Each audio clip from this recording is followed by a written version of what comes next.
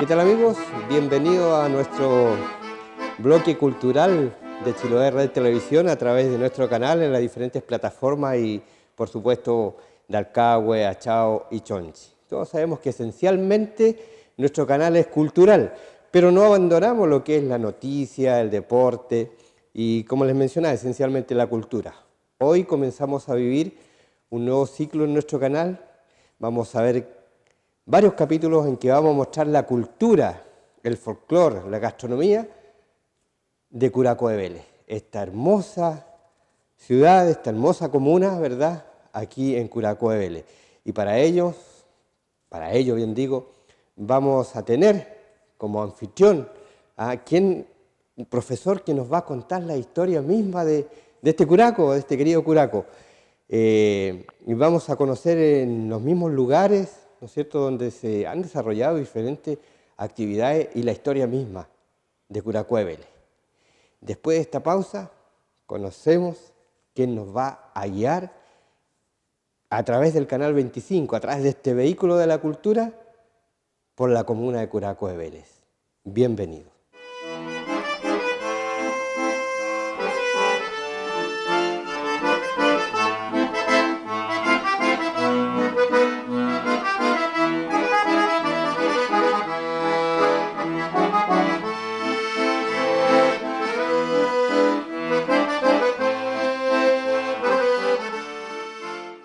Bien, lo prometido es deuda, así se dice, ¿no?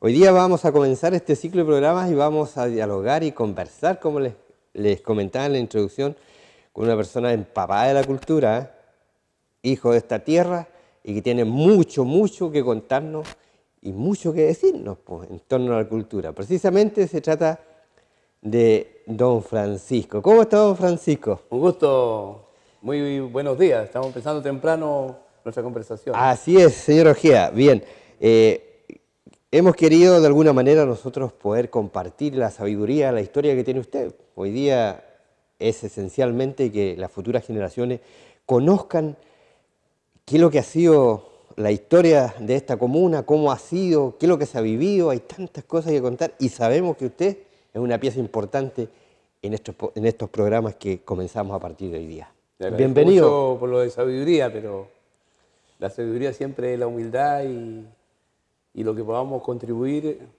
para la idea que usted me ha planteado de la historia como una base del desarrollo de la educación y del progreso en general de todas las personas, de cómo podemos ser mejores, construir una sociedad mejor, si miramos un poco al pasado, pero como algo vivo hoy día podemos proyectar el futuro y sobre todo conocer nuestra propia historia, nuestra historia local. Don Francisco, cada hombre tiene su historia, cada persona tiene su historia. Queremos conocer un poquito de eso, queremos conocer a don Francisco un poquito antes de continuar con nuestro programa. Bueno, mi infancia, por lo menos mi infancia fue muy hermosa y fue en Ullaralto, que es parte de esta comuna, un sector de Curacó de Vélez. Y quizás ese es como uno de los elementos más fundamentales del ser humano, reconocer su infancia, lo maravilloso que son los lugares donde uno nace, donde uno ha vivido sus primeras experiencias, cómo fue su escuela, cómo aprendió su primera socialización con los...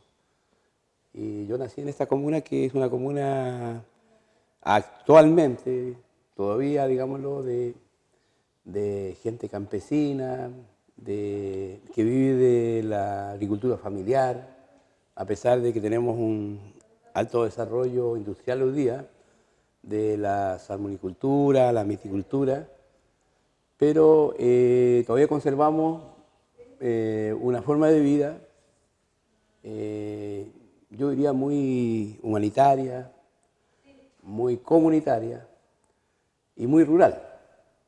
Entonces mi infancia fue de Ullar, ahí tengo los mejores recuerdos de esa vida infantil muy hermosa en Ullar. A pesar de toda la tecnología como está hoy en día, don Francisco, esta comuna sigue como conservando todo lo que significa la historia misma de este pueblo, porque Claro. aquí hay hombres. Los papás de usted. Mi padre actualmente tiene 95 años y fue agricultor y sobre todo vivió, yo creo, la experiencia de homologable a muchos otros campesinos de Curaco de Vélez que tuvieron que emigrar a otras tierras para darle mejor vida a sus hijos o a su familia. ¿Cómo se llama el papá, don Francisco? Mi padre se llama Manuel Ojeda Bustamante, actualmente vive en Villaralto. ¿Y la mamá? Anadelia Sotomayor Oyerson. ¿Ella todavía Igual está con tiene usted? alta edad, sí. ¿Sí? Sí, vive con nosotros. ¿Ella también viajó con su papá a la Patagonia? No, ¿o no? ella se queda en la casa. Ah, se queda en la casa. No, no, Cuidado, cuidado usted. esto cuidado con el feminismo de odiar. Pero las mujeres chilotas, yo creo que, bueno, yo creo que tienen una historia de amor muy hermosa porque ya llevan más de 65 años de matrimonio.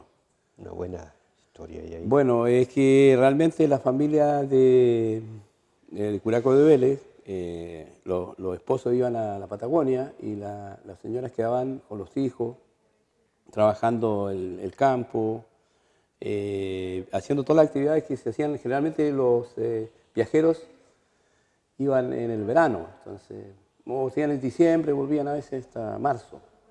Algunos trabajaban, le llamaban temporeros, o sea, las temporadas más completas, y venían de vez en cuando a ver a la señora para acá, para Curaco de Vélez, ¿No es cierto? y dejar la descendencia. Claro que sí. Y traer el billete, que era... Y traer el billete. Claro, que era lo más importante. Era una de las cosas más importantes. En esta migración hay un componente que quedó en la Patagonia, ¿no es cierto?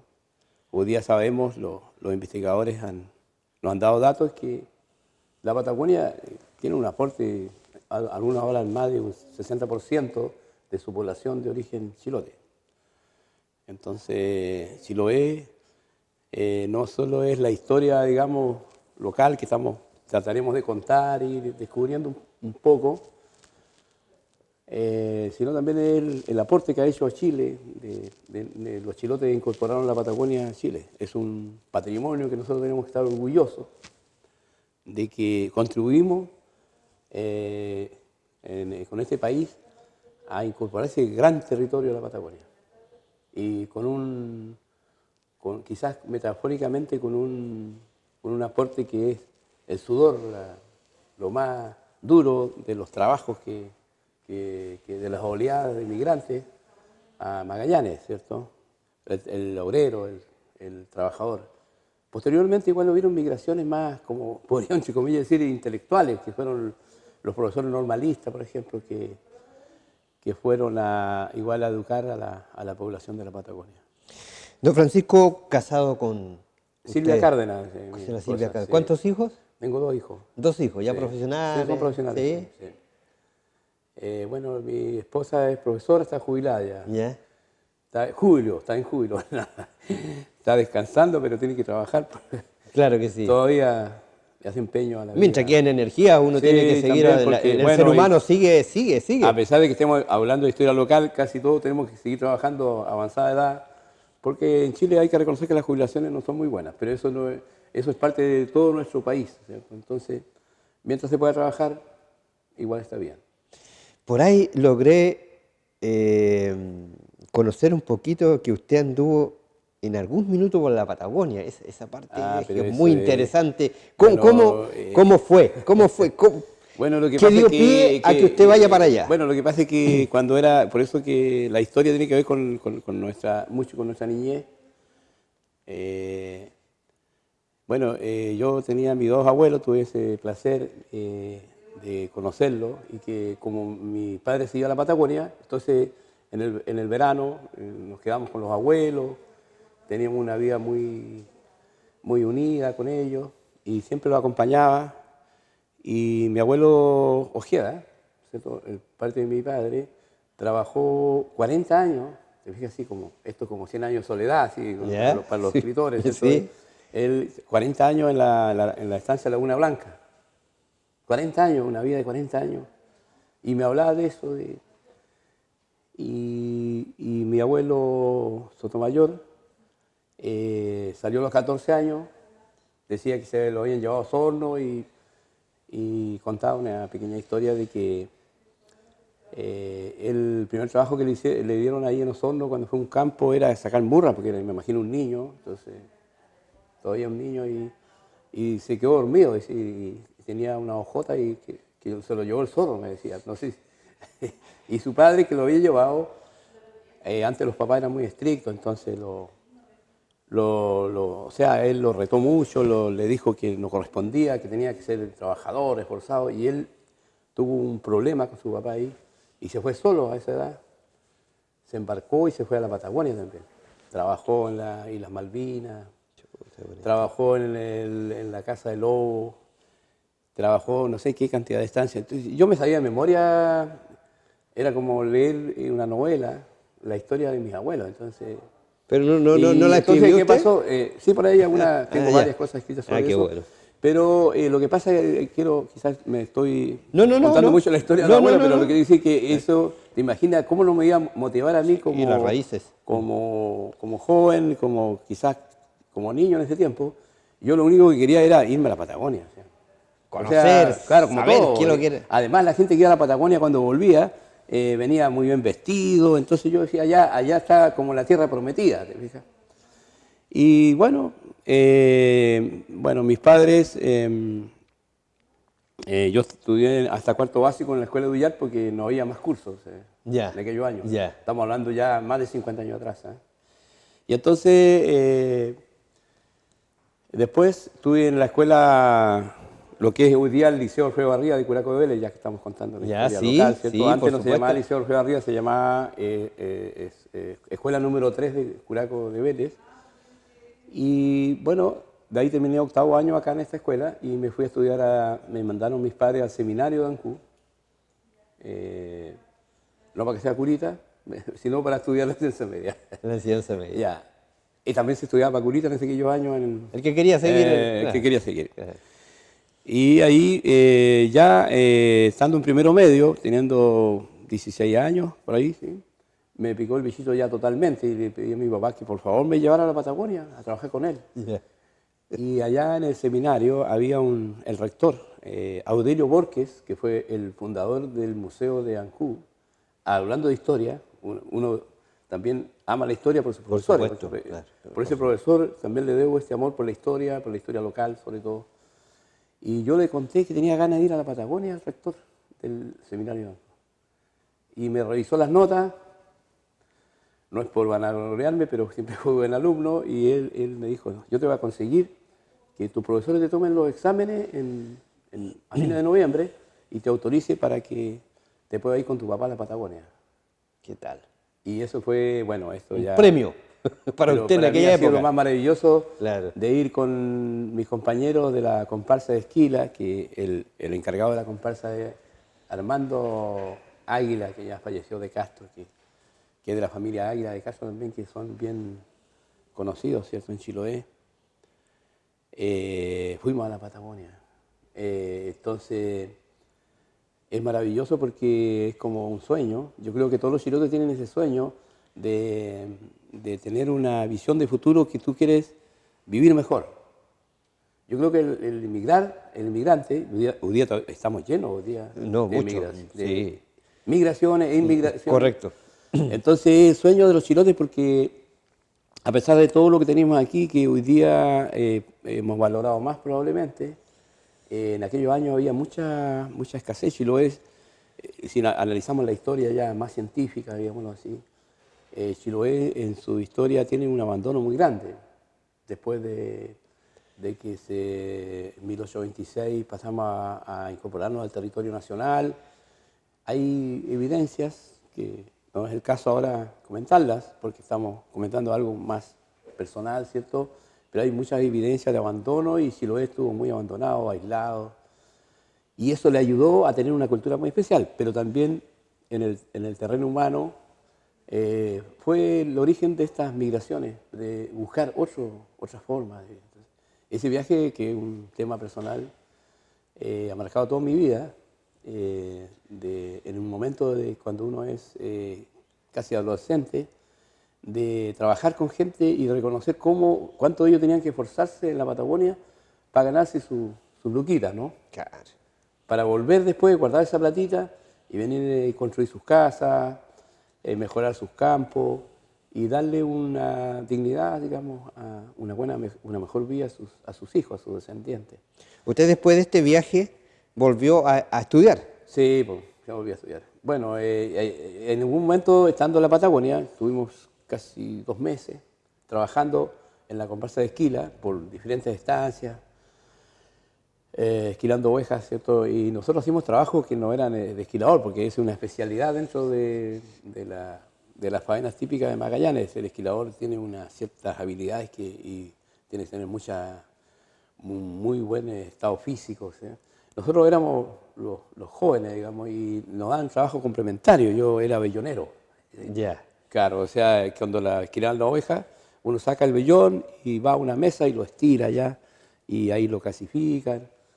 Entonces, pero todo el día andas con la comparsa, 2 meses, fue una vida, aprendes un montón de valores que tienen los chilotes, por ejemplo, la solidaridad que había entre ellos, cómo se cuidaban entre ellos, cómo estaban pensando en volver a su casa y a veces también cómo sufrían también la ausencia de su familia y de trabajar y trabajar. Claro, ese es el sueño, yo creo que de esos chilotes, de muchos que fueron allá. Y como digo, te decía anteriormente, muchos se quedaron, ¿ya? No volvieron. Construyeron otras familias en la Patagonia y a algunos les fue muy bien allá y también a algunos les fue mal también.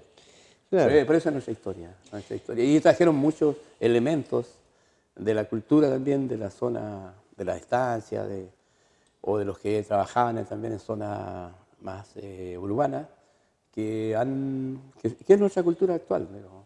¿Usted es profesor? Yo soy profesor. Bueno, yo estudié después del seminario en la Escuela Normal de Ancud. Y lamentablemente estaba en la Escuela Normal y la Escuela Normal se cerró el año 73, por los hechos ya sabidos por todos. Y bueno, ahí tuve que también partir a otro que le tocaba a todos los chilotes cuando se iban de acá a hacer el servicio militar, también me tocó hacerlo en Punta Arenas.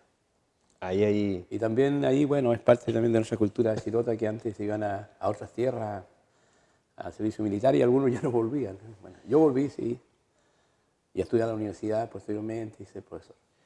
Echó raíces en Y acá, Curacoabel, formó familia. bueno, pero más que nada, como todos los chilotes también, tenía una migración interna, digamos. Claro, Yo trabajo en Curacoabel ahora, pero antes trabajé en otras partes.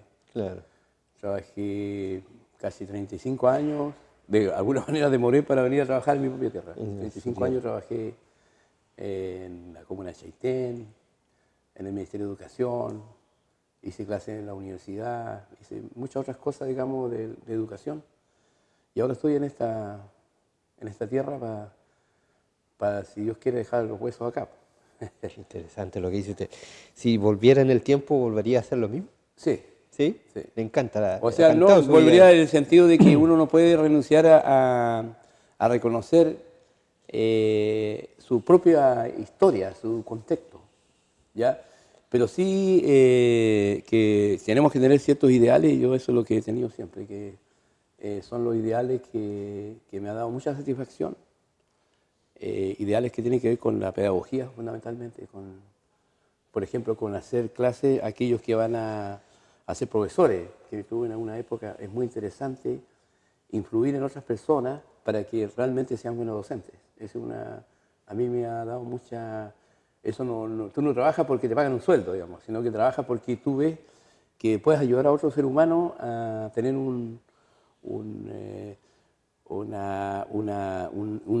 el desarrollo de un ideal que tiene ese ser humano. Y cuando tú igual trabajas en la administración de la educación, puedes ver que los establecimientos que tienen sus proyectos educativos lo van desarrollando y ver cómo se va desarrollando eso es también una satisfacción. No trabajar porque uno... Quizá la Patagonia igual para mí fue interesante, ya que estamos hablando de los temas históricos de la cultura de Chiloé, porque yo creo que la gente volvió a la Patagonia feliz porque había conseguido un ideal, un sentido que le da la vida, de ayudar a los demás. Eso es para mí lo fundamental. Les comentaba, les decía que íbamos a exprimir a este hombre, la parte historia, ya conocimos un poquito de él, sabemos que hay mucho de cultura que vamos a aprender después de esta pausa. Ya nos adentramos en nuestros programas después de haber conocido esta rica historia, esta vivencia de don Francisco Ojeda aquí en Curacao de Vélez. Ya volvemos.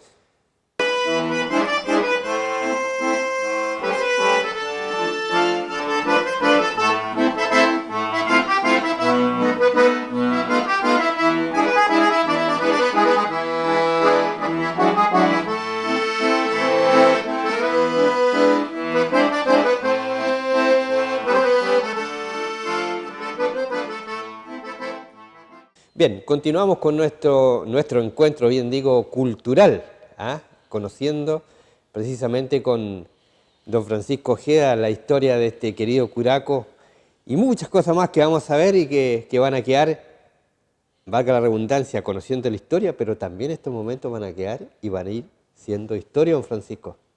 Muy bien.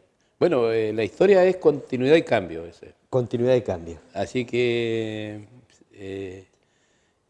el cambio que vemos a veces en nuestra sociedad, quizá incluso el paisaje igual cambia, pero por fruto de la interacción del ser humano con su medio, cosa que es un tema hoy día muy importante, digamos, que cuidemos nuestro medio ambiente, porque tenemos un problema mundial, ¿cierto?, por el calentamiento global.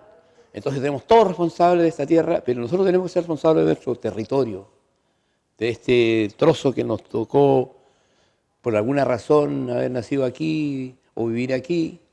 Tenemos que tener las herramientas, primero cognitivas, o sea, entender por qué debemos cuidar nuestro territorio. Y también tenemos que entendernos nosotros mismos y estudiar nuestra historia, de dónde venimos, como decimos. ¿Ya? Eso tiene que incorporarlo a la educación, incorporarlo en el desarrollo cultural, en el desarrollo comunitario, en los procesos económicos. No podemos empezar y, como decimos, cada uno a sembrar sus papas, a invitar a los turistas, sino que todos deberíamos impregnarnos de nuestra historia, digamos, nuestra historia local, nosotros mismos, para poder defender, y un concepto fundamental es el territorio, digamos. ¿Qué territorio tenemos? ¿Cómo debemos cuidarlo? ¿Cómo tenemos el agua de allí? ¿Sí? Y cómo debemos vender lo que estamos respirando, el aire, como nuestro suelo, nuestros mares, nuestras aves, nuestros árboles. Y conocer nuestra propia historia primero. Exactamente. Qué interesante. Sí. Vamos a viajar con don Francisco entonces por la cultura, vamos a viajar por la comuna de Curacao de Vélez. Don Francisco, aquí tenemos Curacao de Vélez, quizás conversar un poquito. Usted como profesor, historiador, y gracias por acompañarnos en estos programas, ¿qué es lo que quiere mostrar usted hoy día acá? ¿Qué es lo esencial para usted como profesor, historiador, poder mostrar a quienes nos van a seguir a través de Chiloé Radio Televisión y nuestros programas Pequeño Trozo Cultural? Porque claro, yo creo que lo que interesa es de que, en primer lugar, esta es una comuna pequeña. El último censo tiene 4.000 habitantes, o cerca de 4.000 habitantes. Y alguien puede decir que es muy pequeño, pero resulta de que, a pesar de que es pequeño, tiene también, dentro de este territorio tenemos una diversidad. correcto. Y tenemos que, como antes, siempre, ¿de dónde vienes? ¿De qué lugar vienes? Entonces son los lugares que... por ejemplo, tenemos en Curacao de Vélez tenemos una poeta que escribió un libro sobre los altos de Huenao, ¿te fijas? Es bonito eso, los altos de Huenao, porque yo recuerdo que, bueno, nuestras damas, sobre todo nuestras mujeres, son artesanas en Curacao de Vélez y antes iban a vender, ¿no es cierto?, sus tejidos al otro lado, allá de Alcagüe. Y uno lo esperaba en los altos, porque venían con sus botes. Arriba. Sí, y venían, ¿cierto?, después de ir a vender los tejidos. Y eso de los altos también es una idea que uno va a los cerros para ver la naturaleza y la belleza que tienen los lugares. Tenemos varios lugares en Curacao de Vélez. Por ejemplo, tenemos los palquis, vamos a pensar. Aquí tenemos la cordillera de los Andes, ¿cierto? Los palquis nos recuerda, quizás cuando miramos, estamos en los palquis, hasta podemos trasladarnos por ejemplo, a la ciudad de los Césares. ¿Por qué? Porque cuando llegaron los españoles acá, ellos se maravillaban de este paisaje, que es nuestra primera riqueza, nuestro entorno natural, el paisaje. Decía, pero ¿qué habrá más allá? Porque cuando uno ve la cordillera de Palqui, ve la cordillera patagónica, ¿cierto? Hermosa, ve Mishimagüida, los otros volcanes más al sur, incluso se ven los volcanes más al norte, el Calbuco, el Osorno, más al sur, ¿no es cierto? El Jackson, el Corcovado. Entonces tú dices, ¿qué hay más allá? Esa idea también era de que allá había una ciudad encantada. O sea, el territorio igual te lleva, ¿no es cierto?, a la imaginación del ser humano, y en ese sentido creo que nuestros pueblos originarios, muchos le contaban también historia a los españoles que se impregnaron de esta cultura local, ¿ya? Y por eso los lugares son tan interesantes, porque no solo son el reflejo de lo que el hombre ha construido en ese lugar, sino que por su propia naturaleza, por su propio contexto, genera ideas en los seres humanos. Y esperamos que siga siempre generando ideas para los niños, que pueden escribir historias, cuentos, imaginarse. Así como me hablabas hace un rato de los eclipses. Hoy día estamos con la astronomía moderna, extraordinario, pero nosotros tenemos que tomar esta ventana que tenemos local para relacionarnos con ese mundo lejano, ya no tan lejano porque estamos todos conectados hoy día. Los Palqui, tenemos Palqui, ¿te fijas? Cada uno de estos lugares tiene una historia, eso es lo importante que uno puede ir descubriendo. Tengo acá Huillar Alto, allá donde yo nací. Mira, allá tengo Dián, y acá hay una lagunita, la laguna Polul. Siempre me llamaba mucho la atención esa laguna, porque tengo entendido que hay una historia y hay algo ahí. Aquí está, ahí dice que pisó el diablo, mira, estamos hoy día, no pensemos con el diablo, pero hay una piedra ahí y dice que ahí pisó el diablo. Ya. ¿Te fijas que eso gatilla la historia local? Muchas cosas. Muchas cosas. ¿Ya? Y después nos damos cuenta que los otros pueblos que vivieron en Grecia, que vivieron en Rusia, que vivieron en Alaska, tienen leyendas casi igual que nosotros. En todas partes andaba el diablo para ahí, ¿no es cierto? En la cultura del ser humano está el bien y el mal, etc. Los inmigrantes. Claro, pero acá tenemos leyendas. Aquí hay también otras leyendas más de esa laguna. Hay muchas leyendas ahí también. ¿Te fijas? Que vamos a tener que en algún minuto llegar ahí. Sí, contar las leyendas. Acá tengo Dián, que mira, aquí aparece en este mapa, dice Río Molinos. ¿Ya?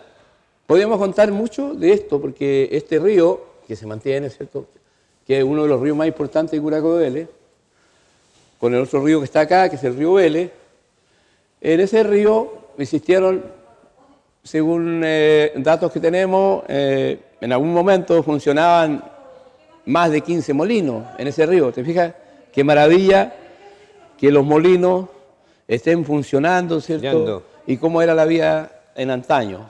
Aún se conservan, creo que un molino o dos en Curacao de Vélez, pero es interesante estudiar eso también, porque nos hace entender cómo somos hoy día. También vamos a conocer los molinos. Y aquí tenemos, por ejemplo, Changuitá.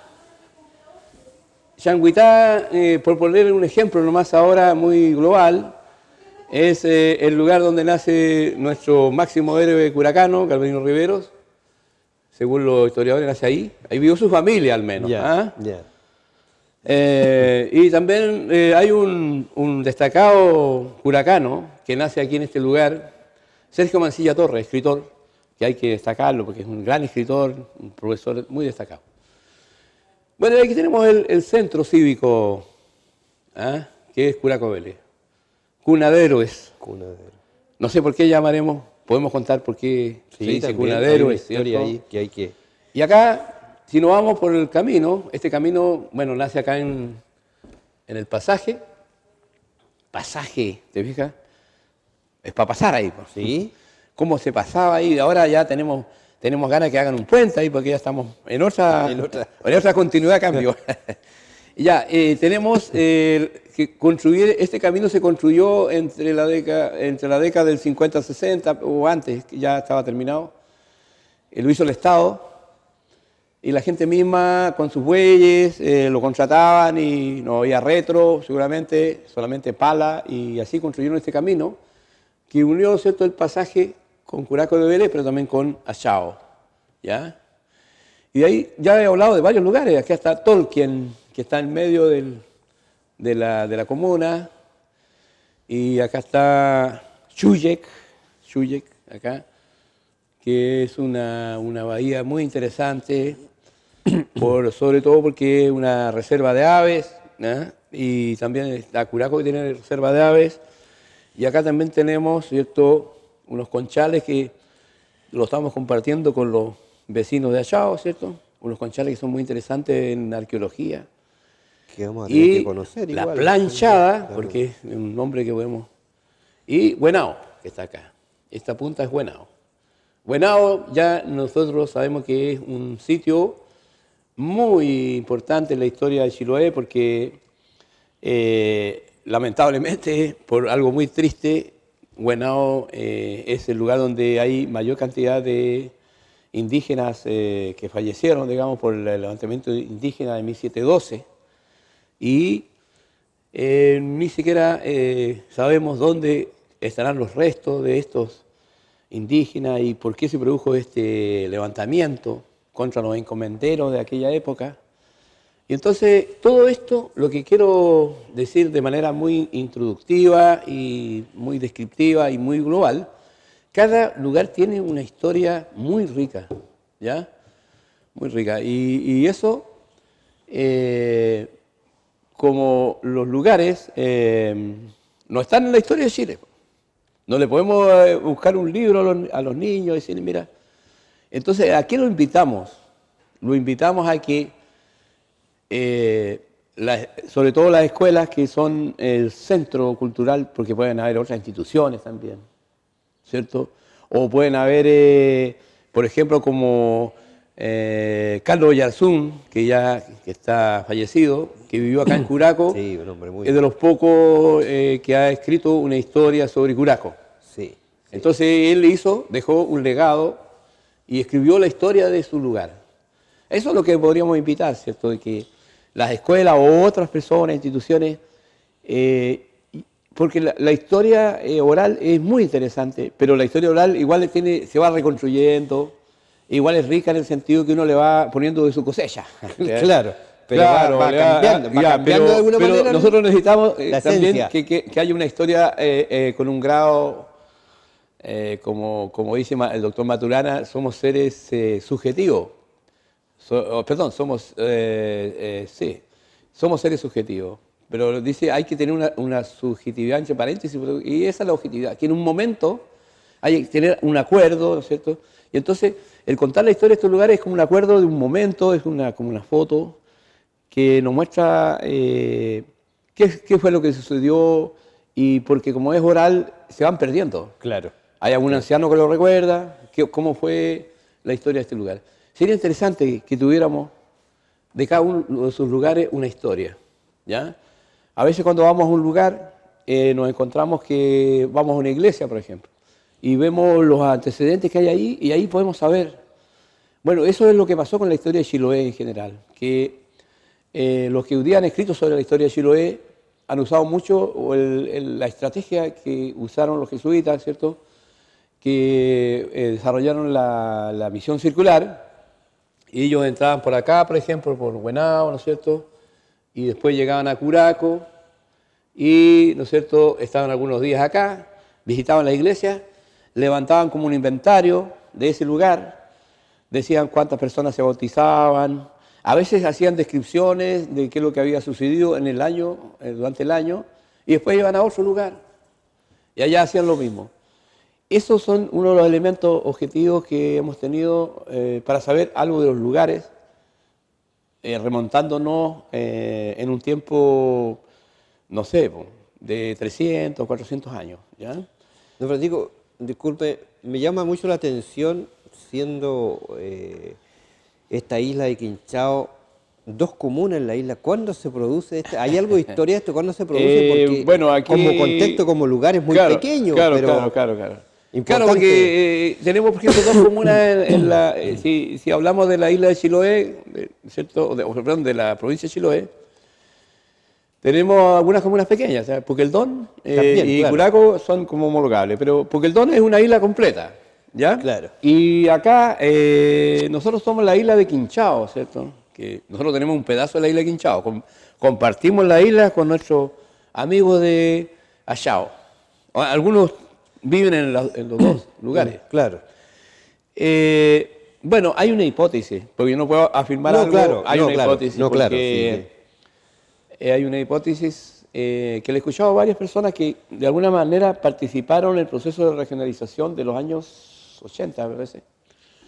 Puedo estar equivocado, ¿ah? Sí, porque no me acuerdo bien de la fecha exacta de la ley de regionalización que estableció las regiones como ahora, y las comunas, las provincias, y dicen que gracias a nuestro héroe nacional y curacano, Carolino Rivero, que fue marino, ¿cierto?, que fue comandante en jefe de la escuadra, participó en el combate naval de Angamo, eso habría oído cierta influencia en una determinación administrativa de que Curaco, teniendo ese destacado marino, no quede como comuna, porque ya era comuna, y quedó como comuna. Creo que ha sido muy bueno. De esa manera. Ahora, no significa que no trabajemos con la otra comuna. No, no, indudable. Aquí nosotros no propiciamos el chauvinismo, no queremos decir que Curaco de Vélez es lo máximo. Queremos decir que Curaco de Vélez y Achao y todas las comunas del país despierten y digan, mira, ¿cuáles son mis fortalezas? También cuáles son mis debilidades, lógico. Pero sí valorar el territorio como, primero el territorio y nuestra historia después, que nosotros sobre este territorio construimos la cultura, ¿ya? Construimos una cultura muy potente, porque, por ejemplo, la cultura nuestra de Curaco, unida, interactuada con lo de Castro, con lo de Quinchao, con lo de Puqueldón, es más o menos lo que podemos llamar la cultura de Chiloé, que está reconocida como dentro de una cultura nacional, de un país o de una nación, como con ciertas características propias, y que está reconocida también por instituciones internacionales, porque nosotros tenemos el sello CIPAN, que le llaman, ¿cierto? El sello CIPAN es Sistemas Ingeniosos Agrícolas. Por el hecho de que hayamos sido islas, tuvimos una cultura muy especial. Es una cultura de sobrevivencia, digamos. Cómo esta gente que vivió acá, ¿no es cierto?, alrededor de todo este borde mar, todo esto, cómo se relacionó con el mar, cómo fue construyendo artilugios y cómo se fue alimentando, cómo fue construyendo, ¿no es cierto?, toda una sabiduría para poder vivir. Y eso se hizo de manera muy especial en Chiloé y está reconocido por la FAO, sí, por la FAO. O sea, la FAO está dentro de las Naciones Unidas. O sea, son ciertos lugares del mundo que han construido una cultura especial, que está lleno de artilugios, como este museo que estamos acá, está lleno de artilugios que recuerda ese momento histórico. Hoy día tienes celulares, hoy día compras todos los artefactos. Claro. Pero este esfuerzo que hicieron estos hombres que vivieron acá, estos hombres y mujeres, digámoslo bien hoy día, esta sociedad, ¿cierto?, de seres humanos que vivió acá, cómo fue capaz de construir una cultura tan interesante con artilugios, que son máquinas en el fondo, ¿ya? Y cómo pudo vivir acá, y también muchos de ellos tienen una cosa muy especial, que es que fueron con una visión ecológica, que cuidaban. Es como lo que nos enseñaron nuestros abuelos. Yo recuerdo que mi abuelo, el cual conté por ahí algo, decía que cuando nosotros llevamos los bueyes y con la carreta y después subíamos unas cuestecitas, me decía, alto, hay que parar porque los bueyes tienen que descansar. ¿Te fijas? El ser humano que construyó estos sistemas culturales tan especiales como en Chiloé, y en este caso Curaco de Vélez, nos transmite esa sabiduría hoy día. Que la ciencia nos dice sí, que es importante que cuidemos los animales, que cuidemos los árboles, que cuidemos el aire, el agua. Y ellos ya habían anticipado.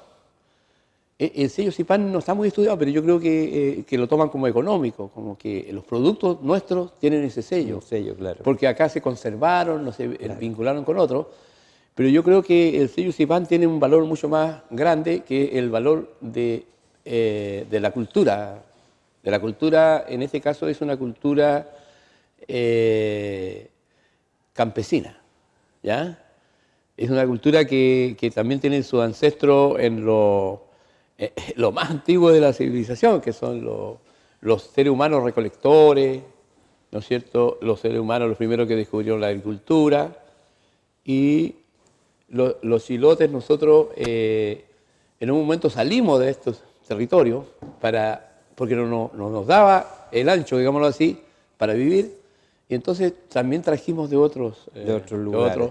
la forma como construimos las casas, la forma como nos fuimos desarrollando.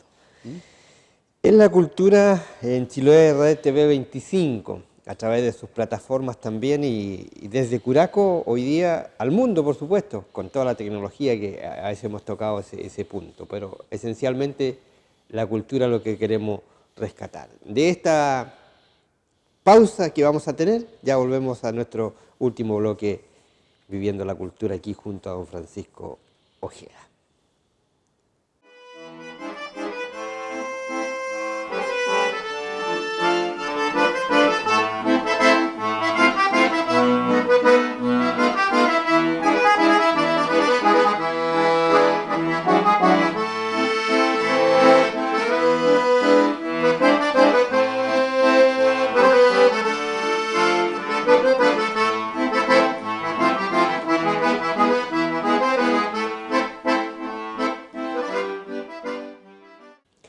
Bien, seguimos conociendo la historia de Curaco de Vélez, sus diferentes sectores, y nos ilustramos los sectores que habían y que hay en la comuna. A través del tiempo vamos a ir en cada uno de ellos ya empapándonos y extrayendo la cultura a través de don Francisco Ojeda, este profesor que ha tenido la gentileza de podernos contar de su querido Curaco de Vélez, pues de esta querida comuna. Nuestro querido Chiloé también, por supuesto que formamos parte todo de él. Una de las actividades tal vez que se desarrolla o se ha desarrollado en el tiempo con una serie de sistemas para poder vivir, sobrevivir y formar hoy día parte de la historia de nuestro querido Chiloé, esencialmente también de Curaco don Francisco. Estamos frente aquí a no sé si llamarle máquina, no sé, sistema. Sistema ¿Sí? hidráulico, podría ser. Estamos en una maqueta, digamos. Ya, correcto. En algún momento podemos verlo en realidad en un río. Hay un río aquí que se llama... Bueno, acá hay un río específicamente en Curaco que se llama Río Molinos. Molino. Sí. ¿A qué se debe? Bueno, que ese fue como quizá el lugar donde había mayor cantidad de molinos. Estamos hablando de unos, quizá hace 100 años atrás. Ya. ¿Sí? Donde había mucho molino. Hay un dicho que dice que los chilotes donde había un río había molino. Ya. Construía, porque Me imagino el campesino, donde tenía estos sistemas habían arroyos, porque el concepto de río es mayor, ¿cierto? Donde habían arroyos, embalsaba el agua a veces, o aprovechaba la misma naturaleza, y quizás en algún momento, si pudiéramos mostrarlo en la misma realidad, digamos. De hecho, que va a tener que ser así. Claro, lo que pasa es que buscaban, se llamaba un concepto, un herido. Herido lo llamaban porque había en un arroyo, había un lugar como apropiado, digamos, para construir el molino, ahí construían sus molinos. Pero esta es una réplica que nos puede servir para explicar también cómo funcionaba este sistema hidráulico, porque es movido por agua, ¿ya? Ahora, la molinería, yo quisiera contarle que la molinería en Chile, no solo fue de Chiloé, sino que si uno analiza la historia de Chile, las actas de los cabildos de la colonia, por ejemplo en Santiago mismo, hay algunos historiadores que muestran ahí esa evidencia de que el cabildo ordenaba abrir molinos, porque hay también dentro de nuestra cultura, ¿cierto? Dice que el pan, que tiene una relación también divina, pero también es como el alimento más importante, quizás tenemos el pan, el maíz, las papas, ¿cierto? En toda América el trigo es un producto fundamental en la alimentación de nuestras culturas, de nuestros seres humanos que tienen una cultura especial. Bueno, la molinería se desarrolló muchísimo en esta comuna y yo creo que en toda la isla de Quinchao y el borde costero también de la comuna de Castro, de Dalcahue y otras comunas. Ahora, no sé si quiere que te explique Sí, pues yo pienso cómo funcionaba esto, claro, aquí pero primero tiene que haber habido algún artista, entre comillas, para aquí diseñar lo que había claro. era de que, yo ¿Una piedra especial o no? tengo parte de mi ancestro, mi bisabuelo, Santiago Sotomayor, fue picapedrero, Pica, ya. constructor de piedra. Y yo tengo muy poco recuerdo de él, pero gracias a mi abuelo pude, también uno de sus hijos también siguió un poco, se llamaba Daniel, sabía bastante de las piedras, con él conversé muchas veces, cómo hacían estas piedras. Bueno, ellos por experiencia sabían que había un cierto tipo de piedra que tenían donde habían piedras más o menos grandes, hacían un hoyo, digámosle, a las piedras y le trataban de sacar láminas y con fuego las partían y después empezaron a construirlas. Esta piedra, son nombres bastante simples, pero esta se llama la de bajera, porque está bajo, Bajo, ya. y esta la encimera. Ya. Bueno, puede tener otros nombres, no sé, algunos pueden, pero más o menos lo que yo vi en mi infancia era eso. Esto funciona, ¿cierto? Lógico, vamos a ver las partes. Entonces, tenemos las dos piedras y esta se llama tolva. La tolvita. La tolva, esta se llenaba de trigo, ¿cierto? Y bueno, ahí, usted bajaba esta pieza y llenaba acá de trigo esta tolva. Y esta es una pieza bien interesante, se llama taravilla.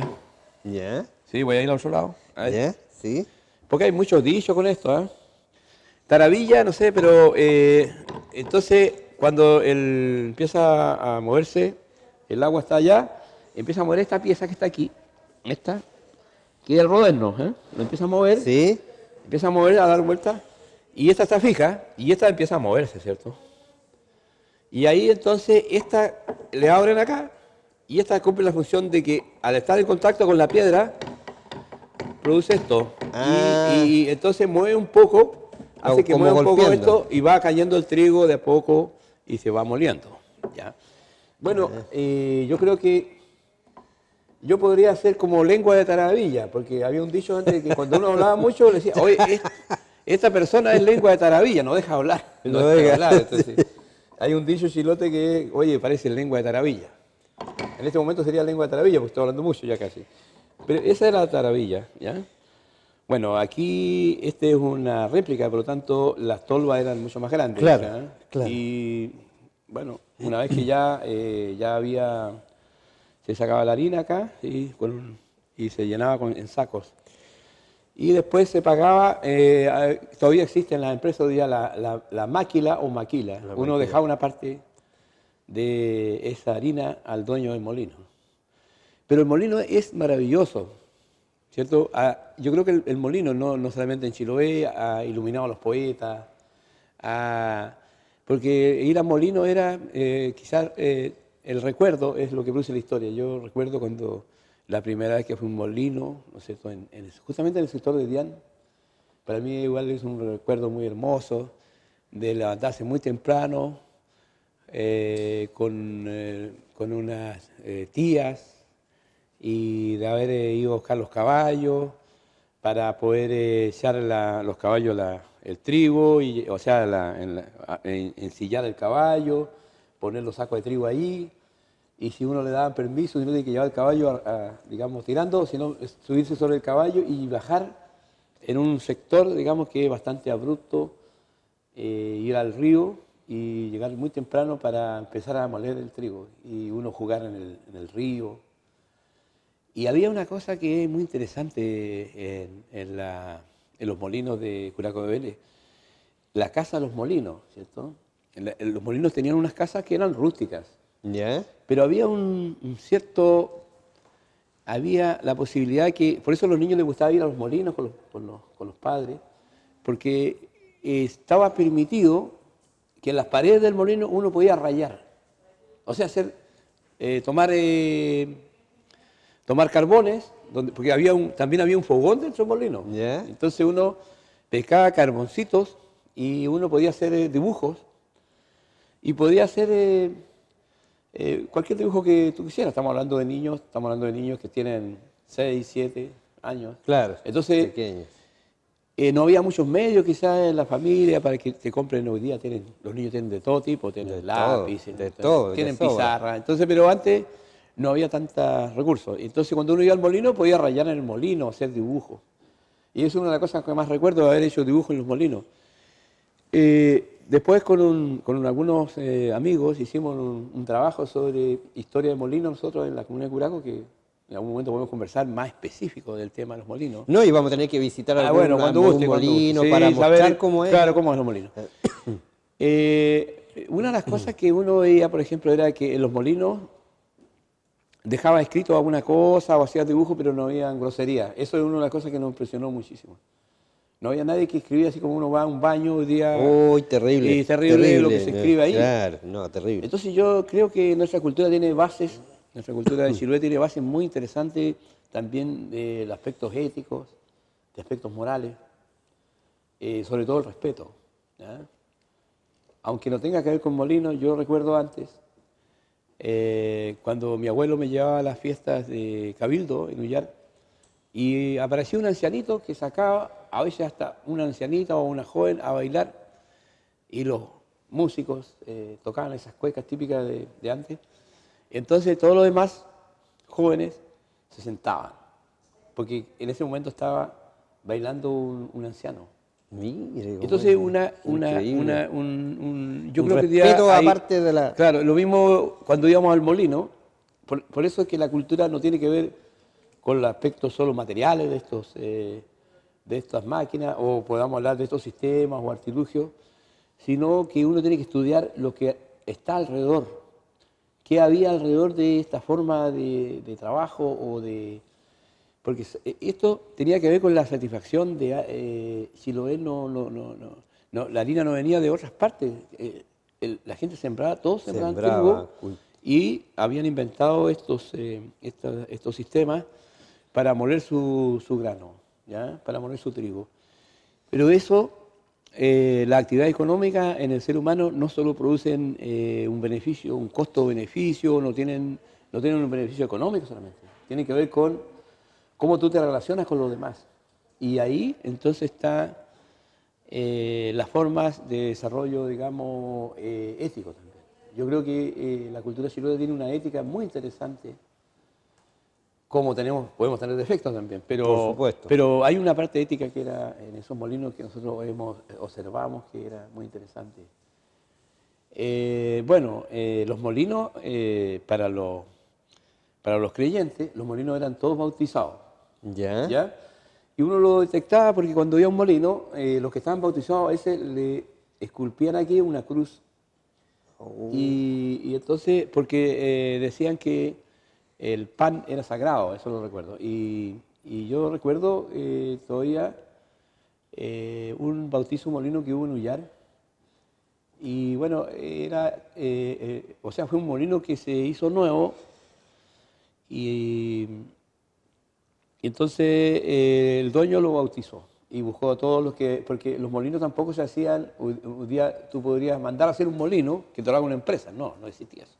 No. El molino se hacía con la ayuda de todos los vecinos, que podría ser que el dueño le otorgue el uso del molino por un año, por ejemplo, porque me habías ayudado, tú ibas a moler a mi molino y yo no te cobraba. Pero bueno, después tendría que dejar la máquina. Claro. Pero ¿qué pasó con ese bautizo? Que lo recuerdo. Que era, el fiscal del lugar lo bautizaba casi similar a como se bautiza un niño, digamos, que decía, yo te bautizo en el nombre del Padre, el Hijo, ya, molino, y entonces le preguntaba a los padrinos cuál era el nombre que le iban a dar al molino. Al molino. Claro. Yeah. Claro, entonces los padrinos le dan un nombre al molino, ¿ya? Y el molino tenía un nombre. Ahora, en general los nombres a veces se llamaban, no sé, a veces por el nombre del dueño, por ejemplo, Molino José María, Molino no sé tanto, y tenían un Interesante. nombre, ¿ya? Y una vez que ya el fiscal había hecho la Los ritos, ceremonia, la ceremonia. entonces después los padrinos eran los primeros, o sea, se hacía funcionar el molino, empezaba a funcionar, y entonces los padrinos eran los primeros que sacaban la primera harina que salía de allí, tenían que tirarle a los que estaban alrededor. Oh, ok. Entonces le tiraban harina, sí. Y los demás también llegaban y sacaban, y había un momento que no era muy largo, quizá un minuto, en que era un juego que todos los visitantes quedaban todos empolvados, digamos, porque Oye, era la alegría de tener un nuevo molino. indudable.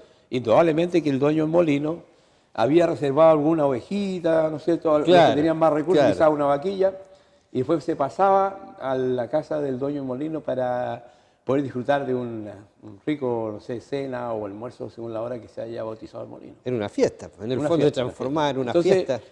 claro, los molinos eran muy respetados, la gente no iba a ir a robar a los molinos, puede que haya habido una situación así también, pero no solo fueron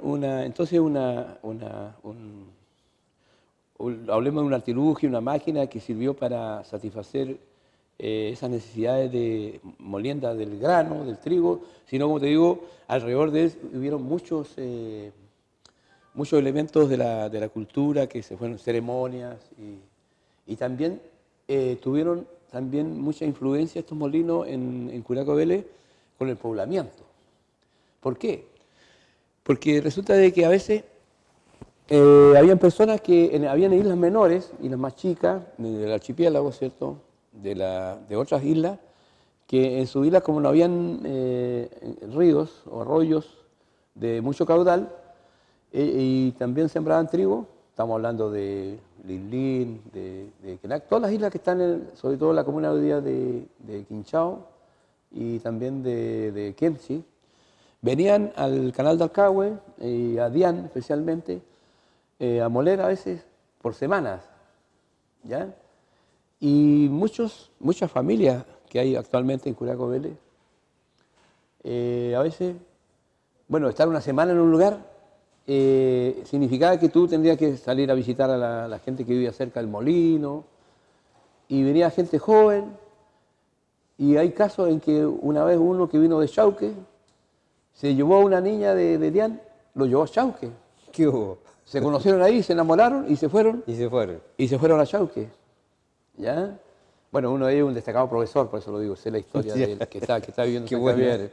Y así muchos, viene este tema de entre las comunidades, cómo se van formando las familias. O sea que este molino ayudó también a que se conectaran familias de una isla con Con otro otra. y formaran su familia. Qué interesante. ¿Sí? Entonces, esto no es solo unas piedras, digamos. Entonces, la cultura es eso, creo. No, tiene un sentido cultural y humano. ¿Ya? Y vamos llegando casi al final de lo que ha sido nuestro primer programa. Como lo decía don Francisco, esto no es solo una piedra, es la historia misma de Chiloé. Don Francisco, bueno, ha sido nuestro primer capítulo, nos hemos empapado de la cultura, nos hemos empapado de Curaco de Vélez. Queremos agradecer públicamente lo que significa para nosotros como medio de comunicación poder mostrar a través de nuestras imágenes, de nuestros programas, que el canal esencialmente es cultural, como lo decía al inicio. Qué importante sería, don Francisco, que en cada comuna hubiera una persona que hiciera estos relatos, que contara esta historia, que pudiéramos de esta manera poder que perduren el tiempo, ¿no es cierto? Otras generaciones se empapen de lo que hoy día. Lo que ayer era historia con el eclipse, esto fue historia mucho más atrás y vendrán otras historias y seguirá en el tiempo, en el cosmos, en el mundo viviéndose. Agradecido, don Francisco, por este primer capítulo. Muchas gracias a ustedes. Felicitarlo también porque son un canal que levantan esta historia nuestra, que yo creo que hay muchos, todos tienen su historia, quizás yo lo esté contando y ojalá sea una motivación para aquellos que no lo han contado, que la cuenten, que la desarrollen con sus hijos, con sus niños y con su comunidad. Tantos lugares que vimos hace un rato aquí en la comuna, Sí. que tienen cada uno propio Sí. su historia. Qué importante sería llevarlo a las aulas. Sí, pues, Don eso es Francisco. uno de nuestros desafíos. Sí. Sí. Muchas gracias, don Francisco. Muy bien, gracias a ustedes. Es Chiloé Radio y Televisión, desde Chiloé al mundo, con su área de cultura. Hasta la próxima.